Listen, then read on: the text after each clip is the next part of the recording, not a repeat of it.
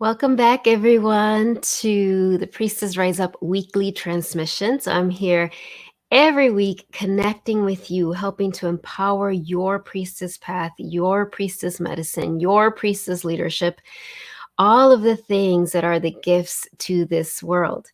So if you are new to my work, my name is Lisa Espinosa, and I'm a priestess and spiritual career coach. And it's just my delight, really, to connect with you. It's such a blessing to be able to gather together from across the globe and remember our sacred mission together, right? Remember why we are here. Remember that we're not alone. And so if you're new, welcome. And if you are familiar, if you've been here before, thank you for being here again. And so, as I've been sharing every week, I'm sharing teachings from my forthcoming book, Priestess Rise Up. I'm reading little excerpts and really just helping to clarify for you where you are on your path of priestess leadership. So, if you are here live, I would love to say hello. So, if you can write in the chat who you are, where you're joining us from. And of course, if you are joining, I know many of you see the replay. Please feel free to share in the comments your thoughts about and reflections on today's teaching. So today, I'm really going to talk about, well, first of all, to remind you, what is, when I talk about priestess, I mean that role of being here as an ambassador of unconditional love, right? Being here as the medicine to all of the wounding and trauma and sickness of separation that is in our world. And, it's not really important. Hi, Destiny. Good to see you again. It's not necessary for you to use the word priestess, but I always invite you to notice if that word resonates, if that word is calling to you. Perhaps you just use it for yourself, or perhaps you're being guided to name it to others. But today we're going to talk about sensitivity, and specifically why it's important to embrace and nurture your sensitivity, to heal any trauma connected to your sensitivity, and to open yourself up to the gifts, right? The gifts that are here for you. Hey, Pamela.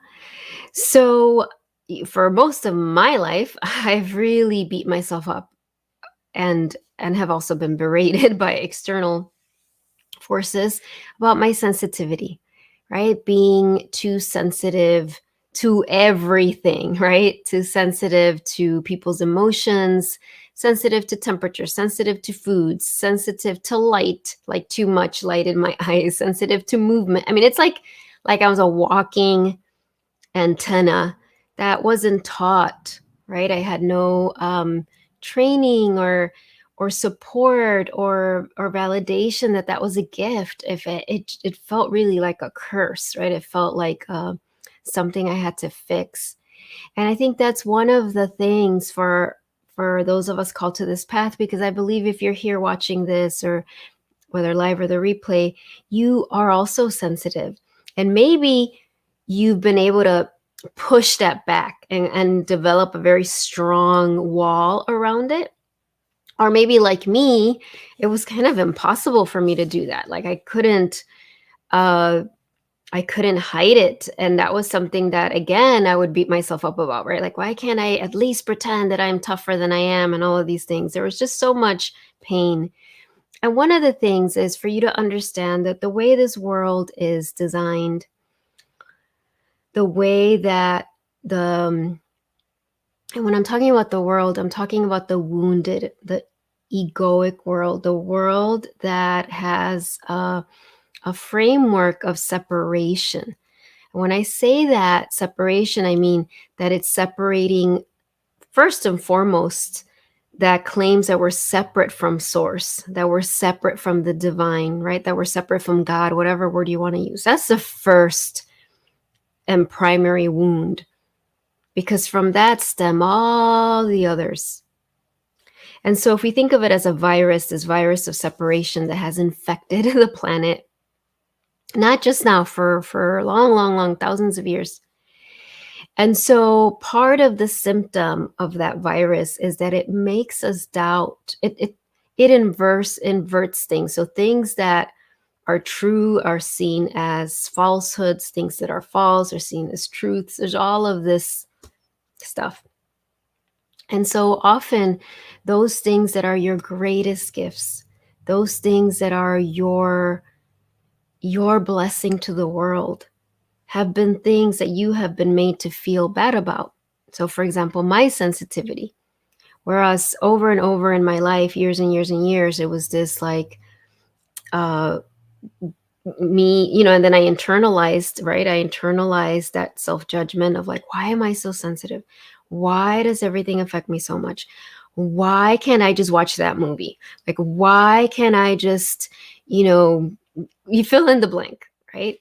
And it's been through many years of pain, but many years of healing and being on my spiritual journey and cultivating my meditation practice and praying. And of course, also connecting with professionals and healers and everything that I have invested time and money and commitment and discipline to my healing journey to have me arrive at this place where I can understand and know that my sensitivity is a gift. Now, do I still get triggered about it? Absolutely. This happened just yesterday where I was like, beating myself up about this, like some aspect of my sensitivity. But I have the tools. So I was able to check in and be like, oh my gosh, like here I am doing it again. Like I am a walking antenna, but that's a gift. I am sensitive because I am meant to have this subtle perception, right? This, what people call psychic gifts, or, psychic gifts can bring up a lot of baggage. So I want to, but that's what they are, right? Where it's like these subtle perception that everybody has. And some of us have come into this world with it much more activated. Why? Because the world needs that, because it's part of our gift to the world. It's part of how I can help my clients, right? Part of how I can write my book and ensure that the teachings that are supposed to be there are there. It's so this subtle perception that has gotten just more and more and more and more refined is the gift. And yet I still have to do the healing so that all, especially my inner children inside, my inner children can heal from all those years of judging it, right? And also those protectors inside of me that were like, nope, it's unsafe. We can't be this sensitive. We must build a wall around it. We're going to get hurt. We're going to get abused or tormented or abandoned or shamed or judged. All things that have happened, by the way. But now I'm in a different part of my life. And so this sensitivity, oh, Suzanne, yes, like a walking antenna, absolutely. So this sensitivity, if there wasn't this virus of separation, if we were just, in what many of us, right? Many of us are here midwifing this new earth, right? Or planetary healing, or the true matrix of love, right? Matrix just means like framework. And in Spanish, actually, the word matriz means womb, uterus, right? So when we talk about the true matriz, right, the true matrix, the organic matrix, the loving matrix, in that world, our sensitivities would be celebrated, right? Would be nurtured. Yesterday I had a massage, and that's one of the things you've probably heard me talk about that I committed to this year, was to have a monthly massage, like a massage energy work. And, so it was yesterday I went to it, and often in the process of receiving the massage, I just receive a lot of divine downloads. And so as this was happening, I kind of spontaneously went into an oracular, just an oracular space where I was connecting with these ancient grandmothers. And it was ancient grandmothers, from my Mayan lineage, from Lemuria, from farther back. And they were very present with me. And they were Thank you, Destiny. I'm so glad. Yes, about your inner child needs this talk. Yes, all of our inner children need this. So these grandmothers, because whenever we connect with the sky grandmothers, the ancient grandmothers, and when I'm saying that, I don't mean our physical grandmothers or our grandmothers that have passed on. I mean, those are wonderful, but I'm talking like ancient, wise, enlightened elders, right? Whenever we connect with the grandmothers, they come to bring us healing of our inner child. And so that's what they were doing. And they were showing me this lifetime where I was, you know, born and I was born a seer. That's what this grandmother was telling me. And that I was so sensitive that I could see through the veil, that I could see all of these like magical creatures.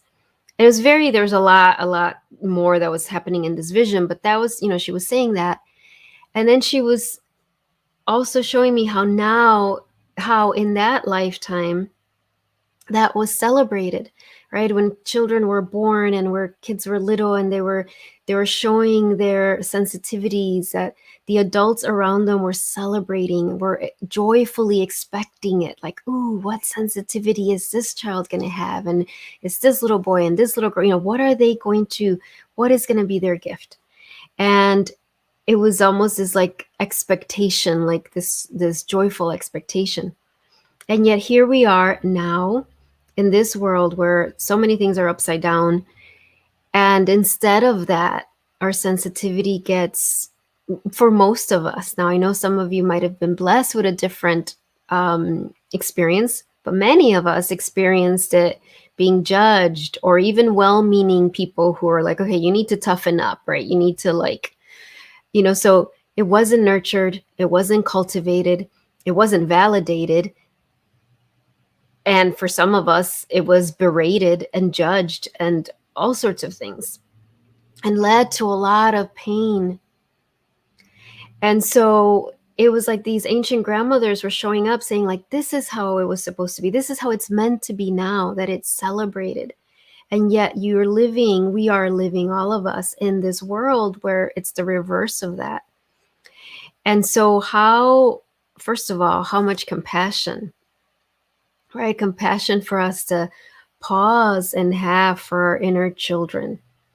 And that was what this beautiful ancient grandmother was bringing for me. It was bringing compassion. And she was doing this, I realized, because I'm in the process of opening up my sensitivity even more. And as that gets ready to happen, as that is happening, my inner children are scared, right? Because they're like, oh my gosh, we're already so different. We already have so many needs.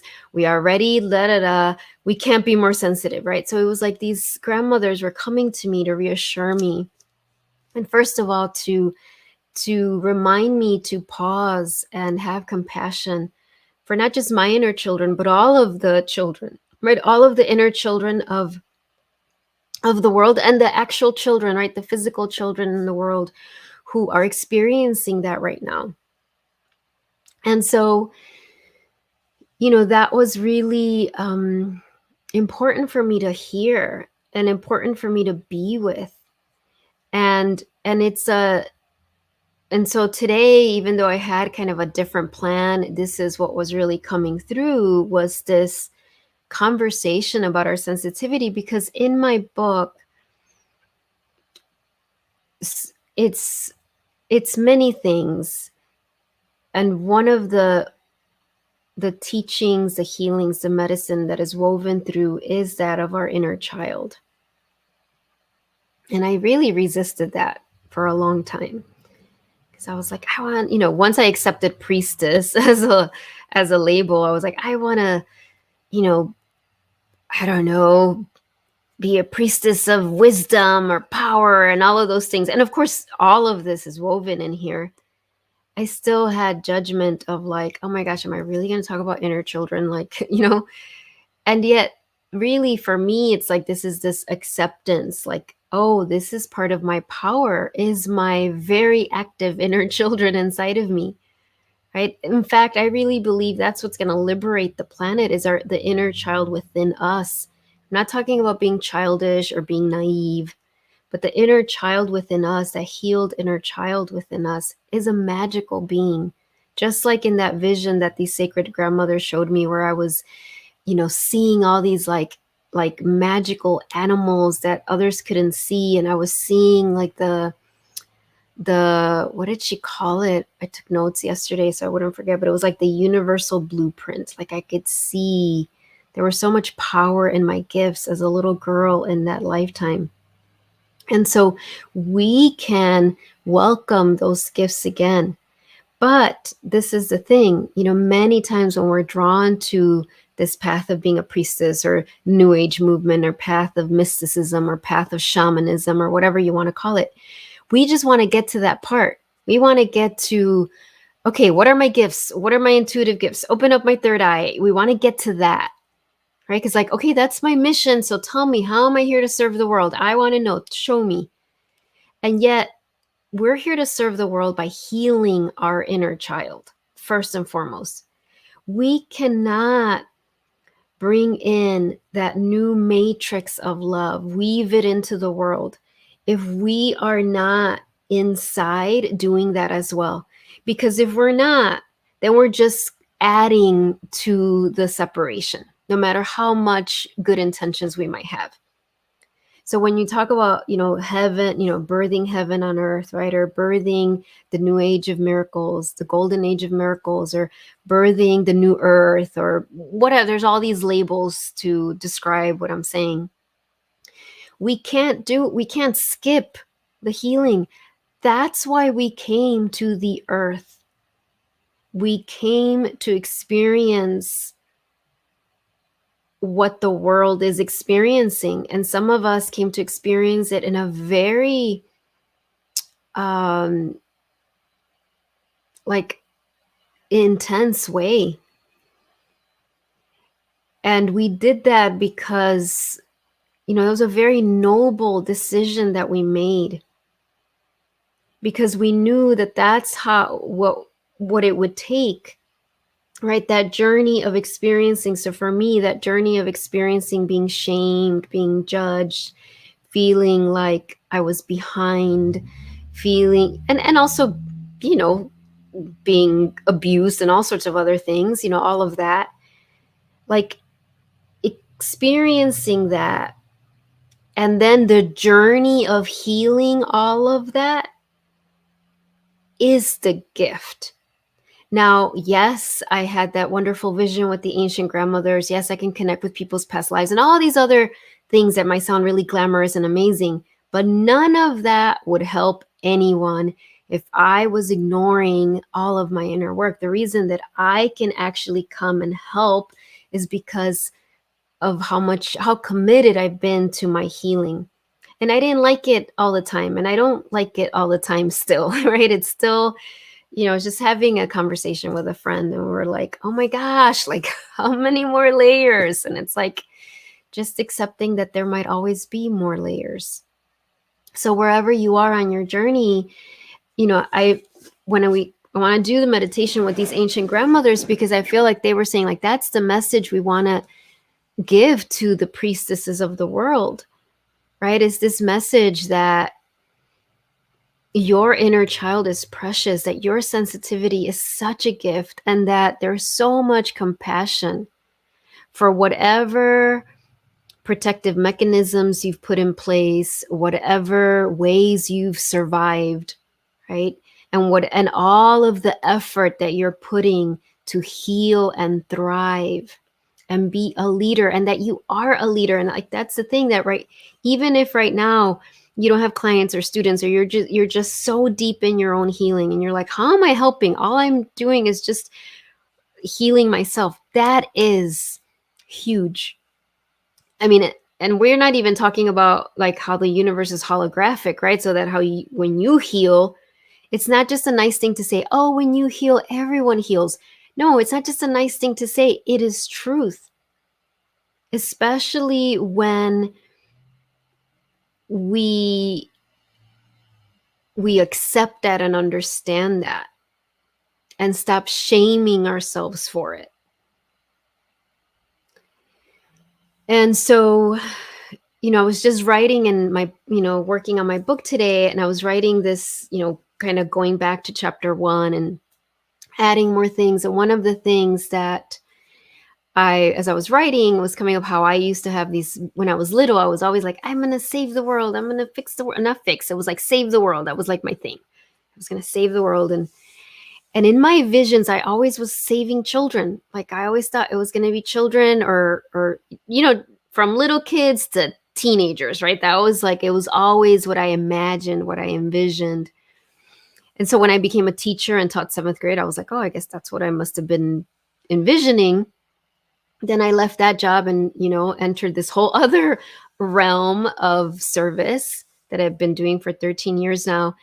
And when I left teaching, I was like, I thought I was going to still work with children, but it was been all adults. But then I realized I'm still working with children. I'm helping adults rescue their own children from within. Right? Those are the adults that are going to come and midwife this new earth.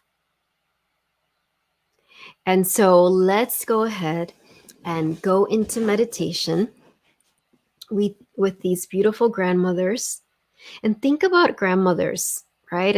And again, when I say that, it's like think about the sacred geometry of a grandmother, the divine framework of a grandmother, right? A grandmother is like it's different energy than mother. By a grandmother, there's this like I don't know, there's like this love and this like like I just think of a grandmother that's like looks at her grandchild and it's just like nothing but pride, like, oh, this grandchild can't do anything wrong in her eyes, right? There's a protection, there's a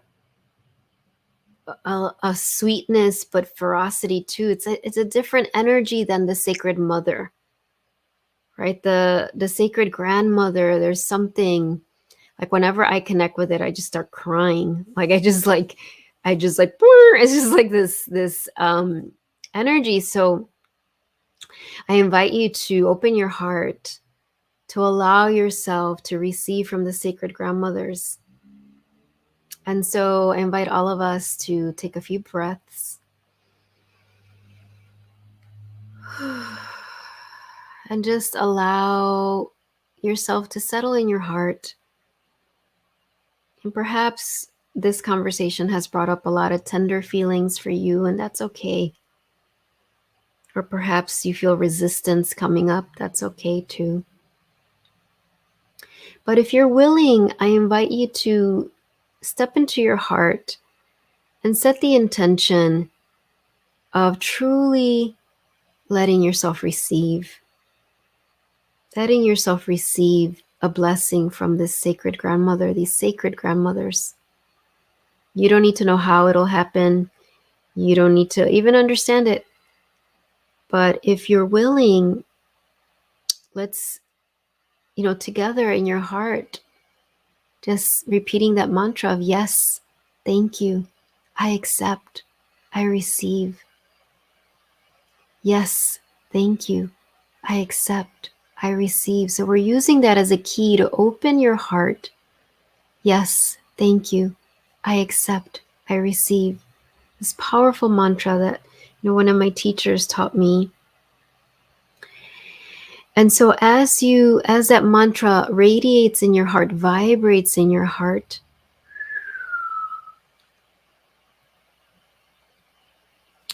visualize in front of you a beautiful grove of trees. It's this beautiful grove. It's these trees that look almost magical.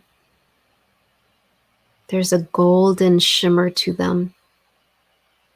And you're standing right at the center of this grove of trees.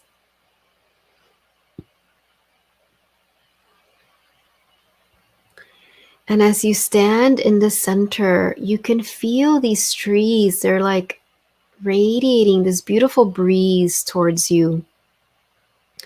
And this breeze is bringing this feeling of relaxation and safety.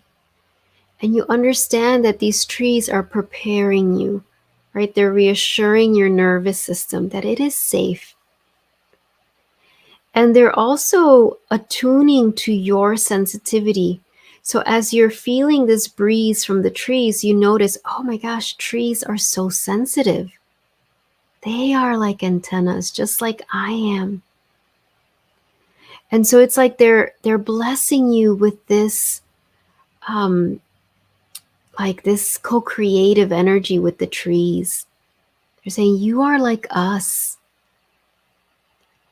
And so as that happens, you start to notice this beautiful woman standing. It's almost like there's an outline of a woman on one of the tree trunks. And you're kind of like, am I imagining that? But it starts to become clearer and clearer, and until you see this beautiful elder woman. And she's got long, white, beautiful hair. And she's got this colorful, like, wrap around her shoulders. And she just has this wisdom and love in her eyes. And she kind of like steps out of the tree and walks a little closer to you.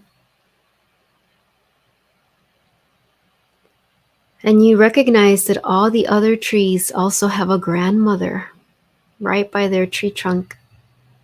So that you are surrounded by these beautiful ancient grandmothers, but there's one that's the spokesperson, and she's right in front of you.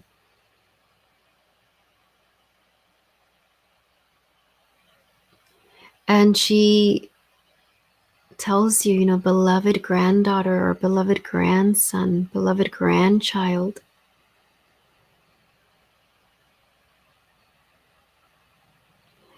And she just says those words, beloved grandchild. And as you hear that, there's a softening that happens. Perhaps there's been a way that you've held back from being really vulnerable, but as you hear her and as you feel yourself surrounded by these grandmothers, you feel all this love. And you know that it's okay. It's okay if you cry. It's okay if you just want to throw yourself on the ground and pound on the ground. Whatever your feelings are, you know that these grandmothers will not judge you, that they understand.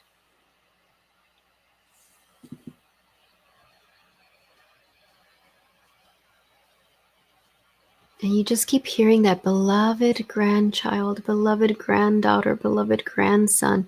All of them are saying this like this mantra that you are beloved to them.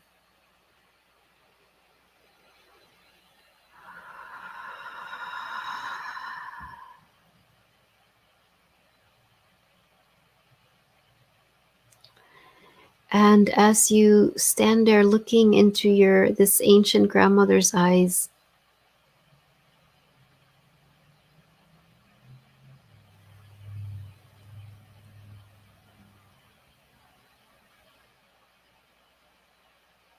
she takes your hands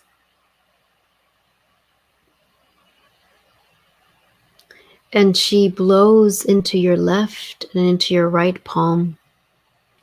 And you know that as she does this, she is infusing a blessing onto you.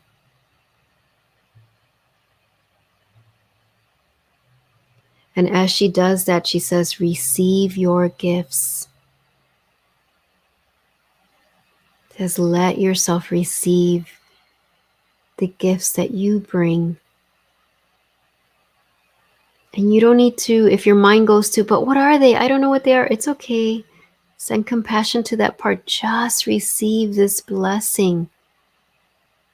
Because as she blows into your hand, she's blowing into your meridians, right into your heart, and she's activating whatever dormant gifts are ready to be activated, or perhaps refining those that you've already been using, but you don't need to track it.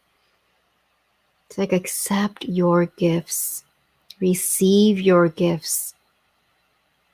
And then she brings the palms of your hands together and brings them into namaste in front of your heart, right into prayer pose in front of your heart, as I have them right now.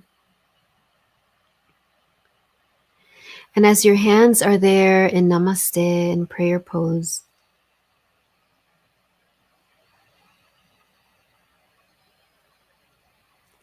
she says to you, share your gifts. And she just says that, share your gifts. And as she says that, all the other grandmothers are saying the same thing. Share your gifts, share your gifts, share your gifts. And again, if there's any, like, but I don't know how, but I can't, but it's okay. They know everything that's going on in your life. They know. And they would never say something like that if they weren't also bringing all of the support that you need for that. So as you accept that, if you are ready to accept their blessing, know that you are also letting yourself receive all of the blessings, all of the support, all of the resources, all of the healing that you need so that you can share your gifts.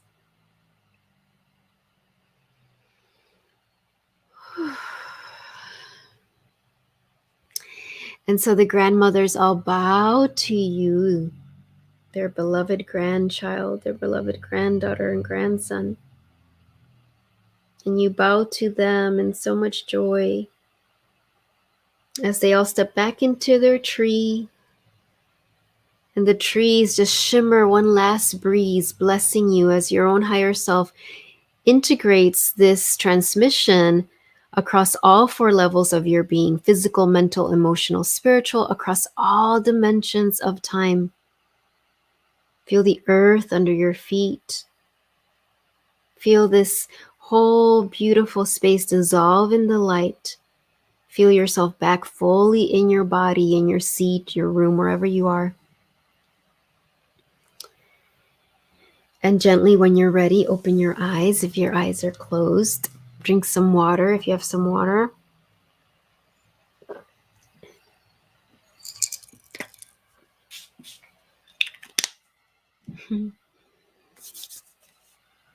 Thank you so much. That was so beautiful. It was so, remember that you, first of all, this is recorded, so you could always come back to it if you want to listen to me guiding it.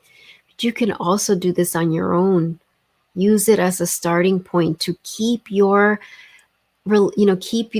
keep cultivating this relationship with the ancient grandmothers. I really feel like they are stepping more fully into to become our allies. They understand how much courage it's taken for us to be here, right, during this time. And there's more to do, right? There's more to do. So there's more support that's coming. And so if you want to share anything in the chat of how this was for you or in the comments, please feel free to do that. If you came in late, I really recommend you go back and listen from the beginning. Remember that this conversation with your grandmother and this conversation with your sacred grandmother, the ancient grandmothers, continues, and your own reflections on your sensitivity, on the gift of your sensitivity, and how do you relate to it? Do you beat yourself up about it? Do you judge it? Do you shame yourself for it? Do you, it's like we're really being called to be like our own sacred grandmother, right? And to really treat ourselves with the reverence that we need to have to do this work. And so I want to remind you, if you're in the Chicago area, I will be leading my women's retreat this coming Saturday. I'm so excited about it. There's so much that we're going to do. There's so much, it's going to be a time to cultivate your relationship with the priestess within you. It's going to be gentle and restorative, and at the same time transformative, right? So this isn't about like just kind of jumping in and being triggered all day long. Like, no, that's not the path, right? So if you're in this area and would like to join me, there's so much that's going to unfold. I know that. And there's also 6 CEUs available. So if you're looking for CEUs, it's also a perk. So Pamela, thank you. It was so calming. I feel that as well. Oh, that's so beautiful, Destiny. Yes. So I'm going to pull just a surrender card. This is from the Power of Surrender deck. So let's see. And also want to remind you that the Priestess training course is starting on October 9th, I believe. That's when it is. Yes. And that, that's all virtual. And I'm not just saying that because I'm leading it, but it's going to be amazing.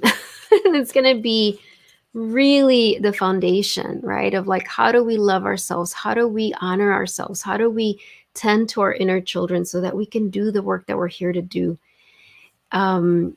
Yes. So you would be, and the first wave, this is the first wave. So you would be you're the founding priestesses, those of you who say yes to this, right? It's because of you that so many more are going to be able to say yes afterwards.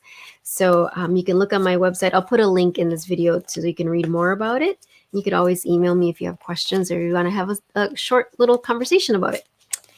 All right, here we go.